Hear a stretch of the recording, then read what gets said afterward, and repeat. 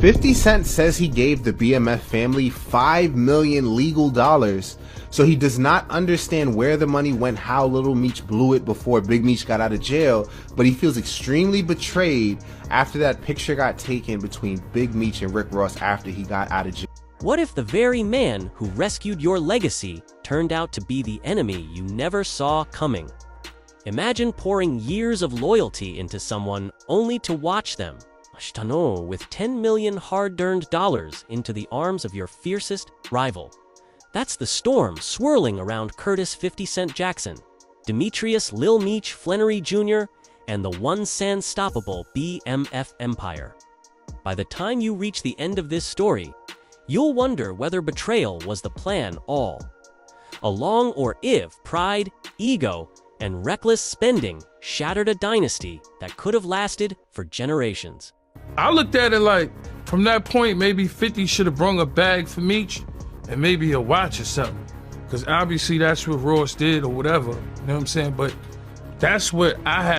5 years ago, 50 Cent made a decision that stunned Hollywood insiders. He picked Lil Meech, an untested hopeful with zero acting resume, to carry a multi-million-dollar series on his shoulders. Jackson didn't just offer a role.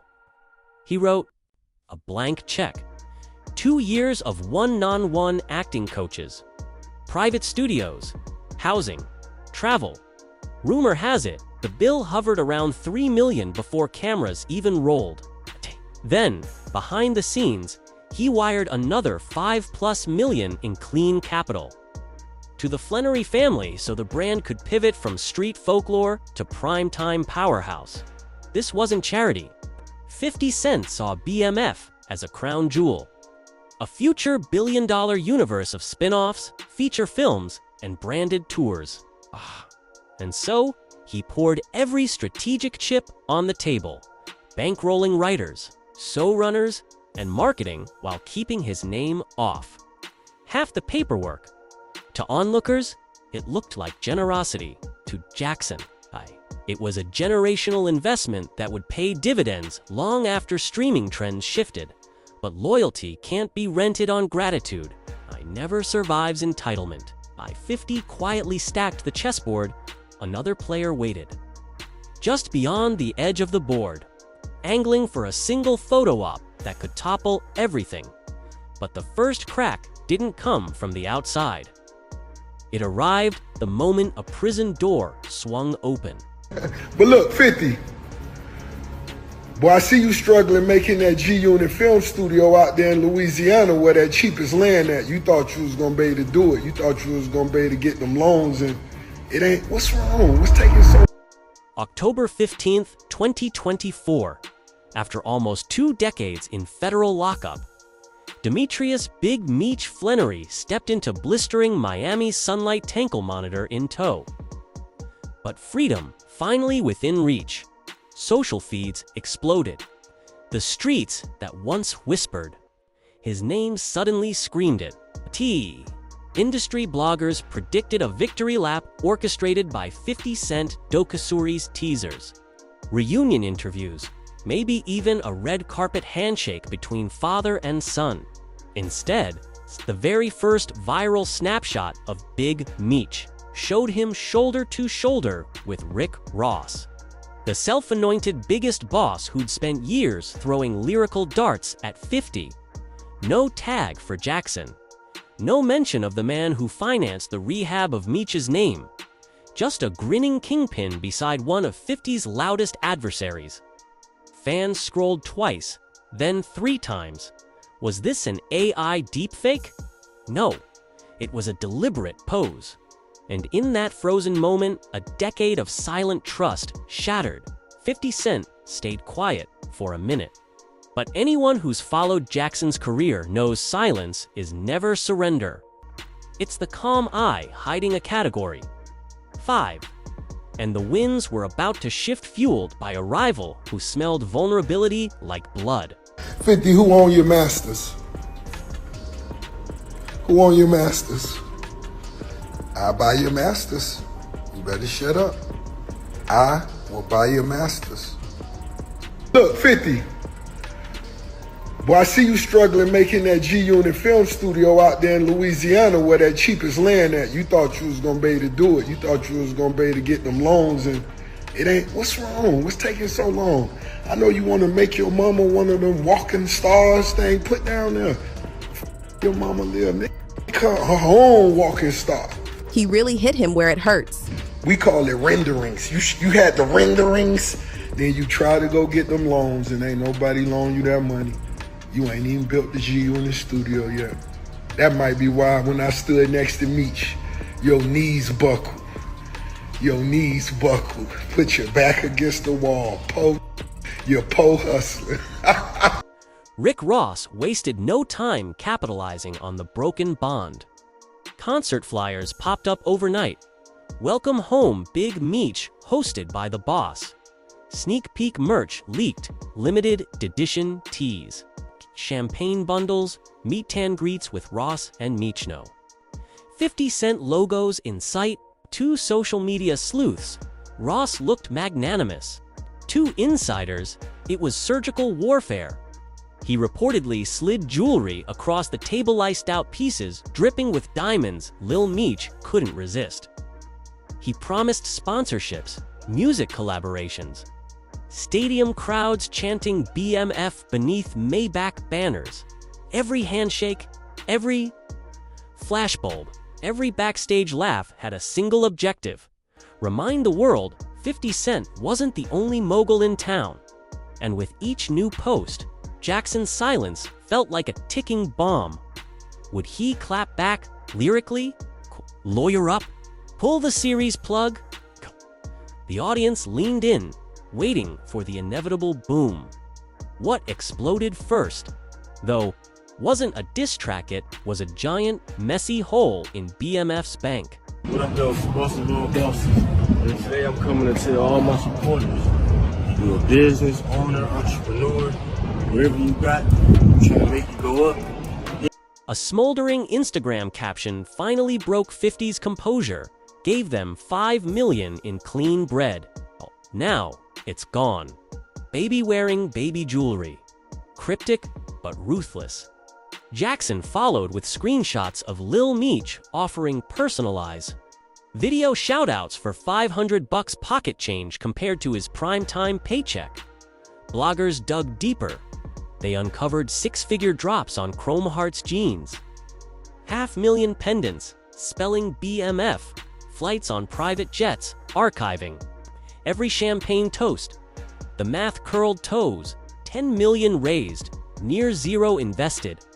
Lifestyle inflation through the roof. Then came the GoFundMe parody. A page titled Help Big Screech Pay. $30K in Airbnb rent. Whether 50 himself created it or simply amplified a fan's joke. The message slapped. How did a former kingpin with a hit TV franchise need help covering rent?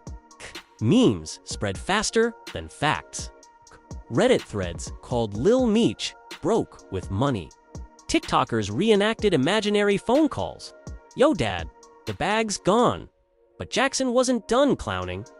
Rumors spread that he'd whipped out his checkbook for a power move no one saw coming. Because when money evaporates, real bosses by the ground beneath your feet. But if 50 Cent gives your family, $5 million in cash, whether it's through acting, I think he was paying for acting lessons for Lil Meech, you gotta have some appreciation.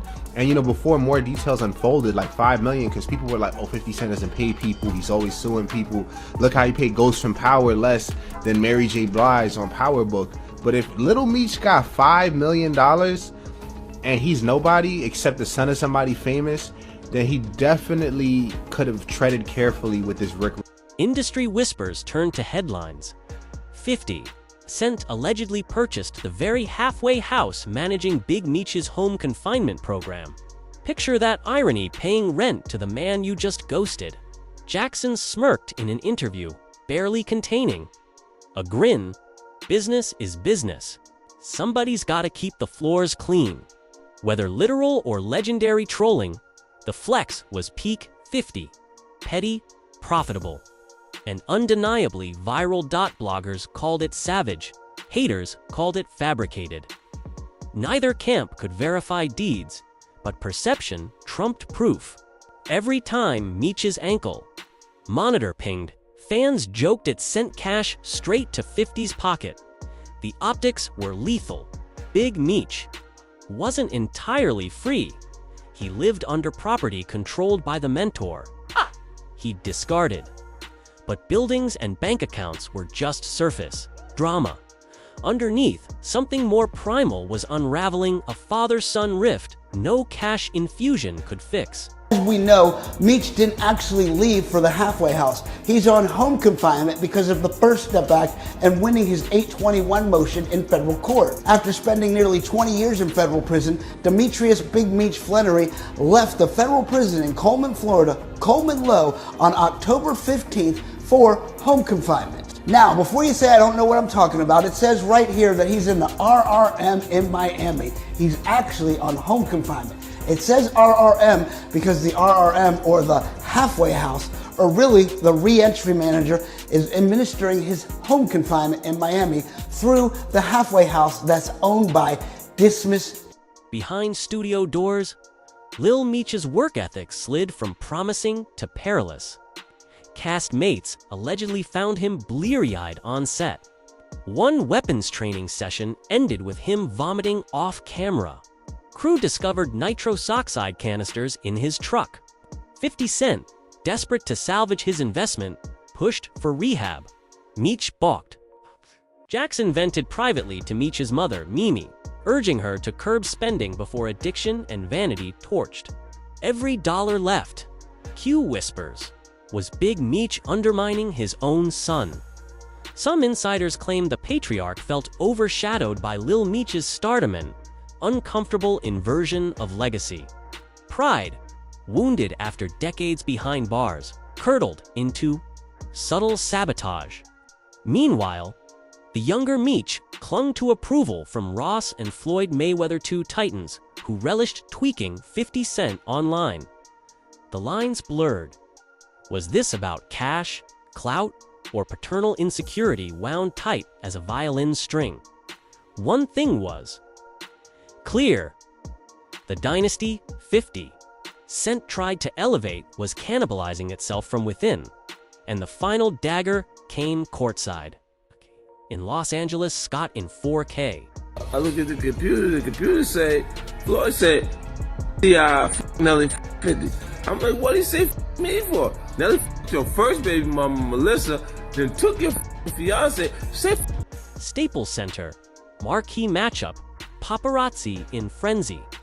Lil Meech shows up flanked by Rick Ross and Floyd Mayweather, laughing, flashing designer threads, tossing red letters merch into the crowd. Big Meech joins via FaceTime, speaker blaring, crowd cheering. Zero mention of 50 Cent. Reporters labeled it the unholy trinity. A living billboard for Jackson's biggest rivals. 50 fired a single digital shot-in Instagram reel of Ross, and Meech captioned, "Tell your pops I'll send wings." Post vanished in minutes, but screenshots etched it into internet lore. The message, "You just threw gasoline on a decade-long beef. Good luck when the spark flies." From that moment, Lil Meech's loyalty was inked in public. "Death before dishonor," he posted, tagging Rick Ross. The subtext was deafening. Honor meant family, not the mogul who bankrolled his rise. 250 Cent. It translated as, "Everything I built for you means nothing now. When respect evaporates, legacy follows and contracts can't force love." So how did we get here? Lil Meech truly vanish with 10 million, seduced by the glitz Ross dangled? Did Big Meech orchestrate a silent coup from behind prison bars, unwilling to play second fiddle to his own flesh and blood? Or did 50 Cent miscalculate, betting on gratitude in an industry where loyalty folds faster than house cash at a Vegas table? Starz Network has yet to confirm a fresh season of BMF. Jackson still controls cinematic rights, but the cultural heartbeat may have flatlined. Ross can't legally touch the show, but he's already tattooed his presence on the narrative. And the Flannery men, they stand at a crossroads, rehabilitate a fractured alliance, or chase quick checks while the empire cracks beneath them. One truth remains in the high-stakes world of hip-hop, cinema, and street mythology. Betrayal writes bigger headlines than success. Somewhere in Louisiana, 50 Cent continues mapping new studio renderings, pockets unfazed by lost millions. Somewhere in Miami, Big Meech counts days of confinement, measuring freedom in Instagram likes. And Lil Meech, he's learning the hardest lesson of all. Fame spends faster than it earns. And bridges burned today can't be rebuilt with tomorrow's apologies. Was this downfall inevitable, scripted by ego and fueled by rivals? Or could one honest conversation have saved a billion-dollar brand? Drop your theories in the comments, smash that like, and subscribe because this saga is far from over, and the next move might just be the most shocking yet.